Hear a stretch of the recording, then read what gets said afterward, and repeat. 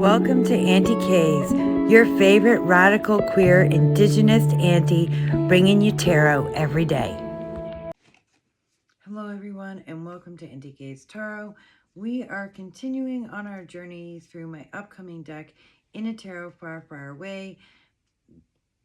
This deck is a Star Wars Tarot from across universe, world majority, RWS clone deck. The characters come from across universe. If you're a nerd, you're going to love it. If you like Star Wars and you know tarot, you're going to love it because as an RWS clone, even if you don't know the character or the scene, you are going to recognize the scene and of the RWS and the structure. So we're going to go through this because I had to buy an RWS deck to be like, if I'm going to make this a clone, like I need to make it a clone.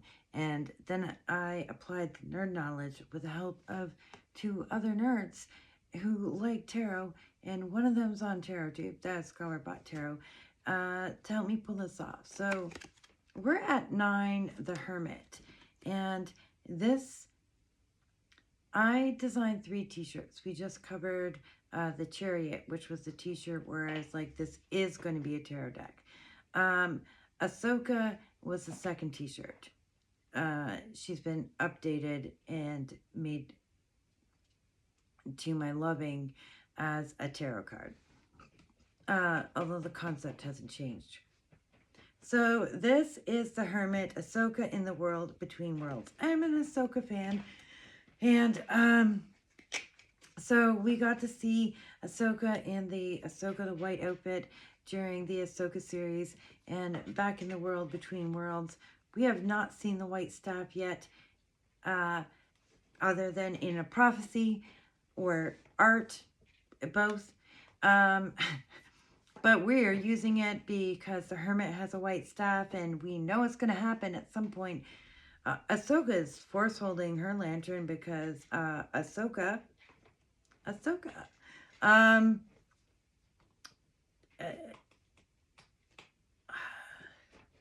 I think this is a fabulous choice, and I don't know what else to say. This is one of my favorite cards. Okay, so next up, we have the Wheel of Fortune. I am also very thrilled with how this turned out. So this is the Wheel of Fortune, the Mortis Gods, and Force Beliefs. In the center, I took elements of the Mortis God mural and put them in a circular format to go with the compass. The lines going out everywhere, and that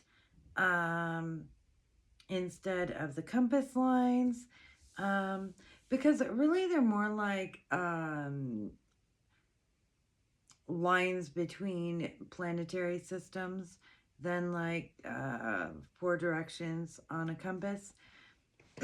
And we have Mortis creatures replacing the Sphinx and the bat-like kind of creature. And then I just made a snake shape. I don't know, Mortis Snake God. I threw that one in there. I did. And in the 4 corners, we have 4 Force. The Jedi faith consists of Jedi, Sith, and non-Force users attending Force-based denominations, represented here by the Brotherhood of the Beatific Countenance, and that is the red folks in the top left corner with the, you can't see any part of their face, they're all in red, and they have the staff going on. So you're going to find this faith mostly Drake core worlds, all right? Then in the settler colonized worlds, um, where core folks have gone out and colonized, you're going to find tribal communities. And their forced beliefs were seen as inconsequential, nature based, superstitious by the Jedi faith, and then so kind of ignored by everyone else. And that is represented in the top right corner with a Tuscan shaman. Other worlds joined the Republic globalization. Their, their organizational force based beliefs were assimilated into the Jedi faith with non force users allowed to practice the non-force remnants of their culture, often resulting in a decline of the belief system anyway. And this is represented by a Baron Doe sage in the bottom left-hand corner. And then finally in the bottom right-hand corner, all in red here again, and this is the other great thing that worked out color-wise, I thought, for the aesthetic of the card.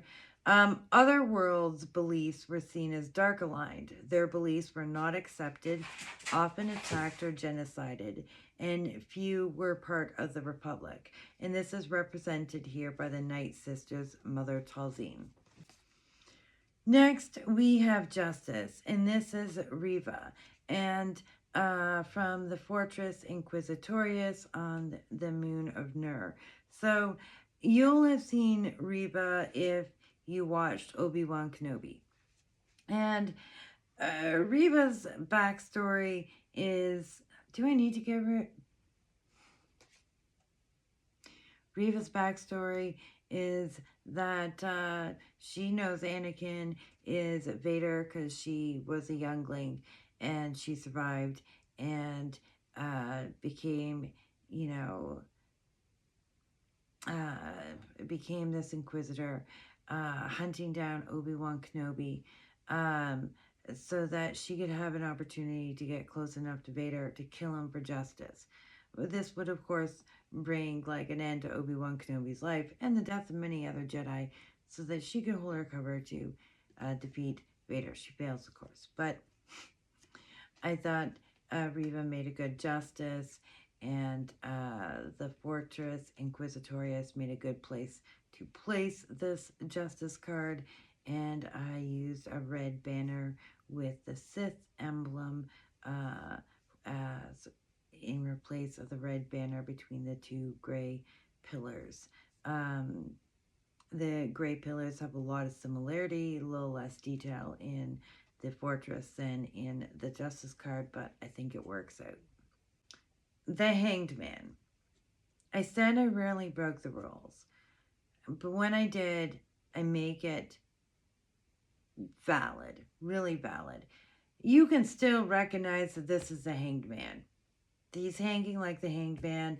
It's predominantly gray in here, but we do have much less color with the Hanged Man as Cassius Andor in the Imperial Prison Narkina 5.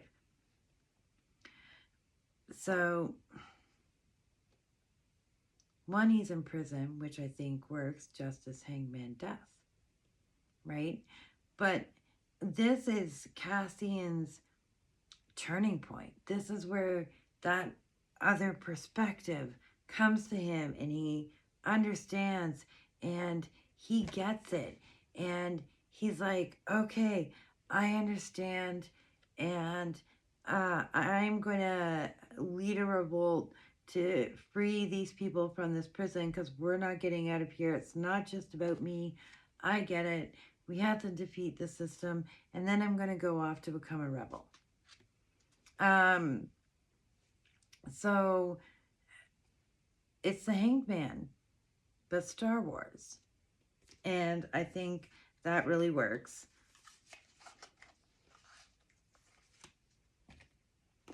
And this would finish off this side of the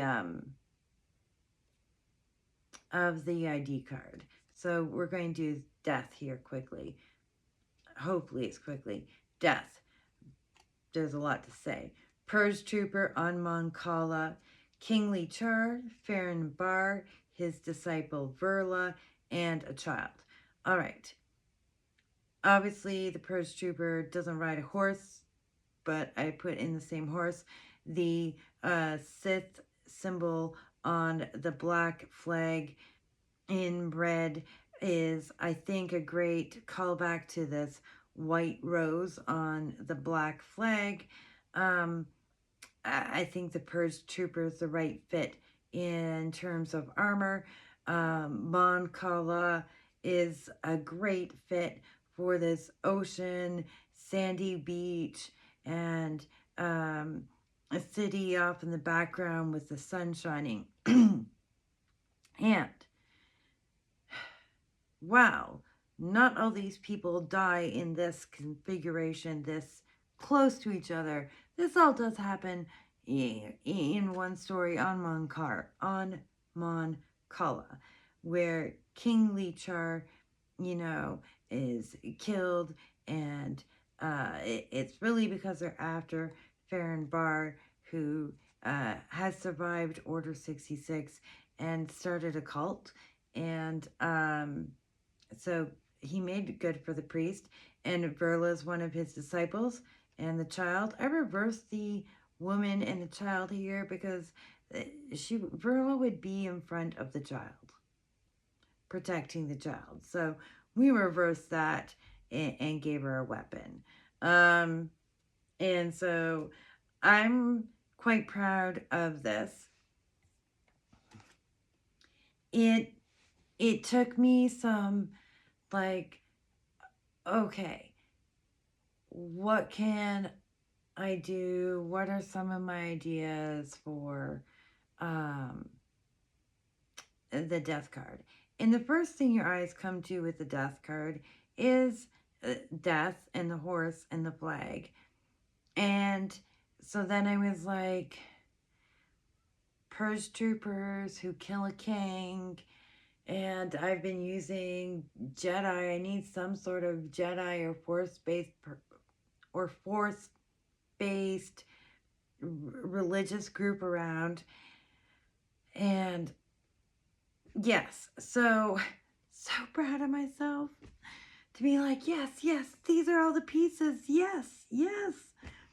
So, yeah, that's what making the deck was sometimes like. And the end result is this card is a really great card for the death card, and you don't even need to know all that because it looks like the death card. So that is all for this one. I'm really excited about this. I am really excited about this deck. I had a lot of fun, like, deciding what was going to be what was going to be what card.